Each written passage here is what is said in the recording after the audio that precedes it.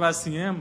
लाला अगर तेरे झाड़े ते शांत नहीं होगा तो हम पे बहुत तरीका है शांत करवे के। अवसर मिल लो चूके मत, जल्दी चल भीतर। मिलिया लाला ते एक गोपी ने महादेव को प्रलोभन दियो, बोले अगर आप भीतर चलोगे तो मैं प्रयास करूंगी कि लाला आपकी गोद में आ जाए। जैसे ही गोद की बात सुनी सोई खड़े है गए, बोले आप मेरी गोद में दोगी उनको? तो मैं प्रयास करूंगी, भीतर चलो।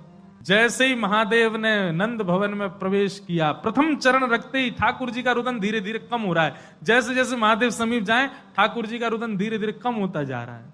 यशोदा मैया बोली हाँ हाँ ठीक है रो, ठीक है रो, ठीक। सुनो बाबा देखे वापस चलो जा, ठीक है को लाला। बाबा अब तो लाला सो गए बाहर। जैसे ही महादेव को बाहर किया ठाकुर जी फिर रोने लगे।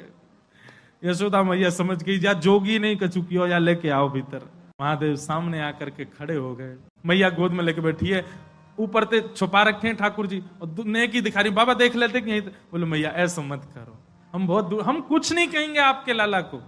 बोले कहां करूं? बोले पलना में लिटा दो, दूर खड़ी है, जाओ हम देख लेंगे हमें क्या करना। यशोदा मैया बोली मेरो हृदय निकरो जा रहा हो बाबा। बोले मैं सौगंध खा रहा हूं मैया, और मैं आज नजर उतार के जाऊंगा और तू कुछ सौगंध खा के कह रहा हूं, जब तक तेरो लाला बड़ो नहीं है जाएगो, जब तक तेरो लाला या पृथ्वी पर रहेगो, मैं या की नजर उतार के काजिया के संग ही रहूंगा।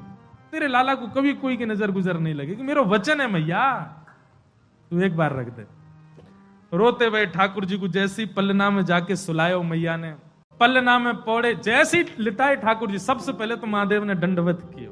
यशोदा मैया कह रही बाबा तू तो ऐसे दंडवत करे जैसे कोई परमात्मा है। बोले मैया तू कहा जाने, तेरी गोद में कौन खेल लो है। अपनी श्रृंगी निकाल करके मुख से लगा करके जैसे ही स्वर प्रकट कियो, आहा वह स्वर को सुनकर के नेक से गोपाल जी रोनो वोनो तो भूल गए, शांत है गए। सब गोपियां सब देख रही हैं ठाकुर जी को, और नेक से ठाकुर जी के रुदन तो दूर है गयो, मंद मंद मुस्कुरा रहे हैं, मंद मंद हंस रहे हैं।